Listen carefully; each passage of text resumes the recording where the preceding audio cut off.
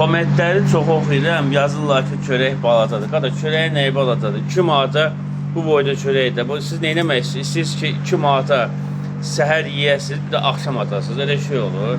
Bax, bu soğandır, qırmızı soğan. Buraya gələndə valla çoxu deyir ki, soğan olmasın, kartuşka olmasın. Həqiqətən, bu çörək için boş qalacaq da. Deyirsiniz ki, nə bilim, kartuşka vurma, soğan vurma, ağzından, deyirsiniz ağzından iyi gəlir. Qardaş, bu soğandır, qırmızı soğan ağzından iyi verən şey deyil.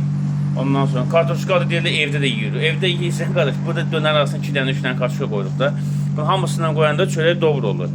Mənə zəng gəlirsə, müştəri deyir ki, mən bir dənə dönərcə 2 manata. Mən yeyim, bir də axşam evə gedəndə alacam. Qardaş, 2 manata məsəncə doyuzdurun burada, bütün məsələ. Gördüyünüz kimi, 2 manata normaldır. Valla, bax. Şəhərdə bu dönərdə kürə çörəkdir, bunlar kürə çörək gedir. 2.50-yə, 3 manata verirlər. Heç onda danışmırsınız.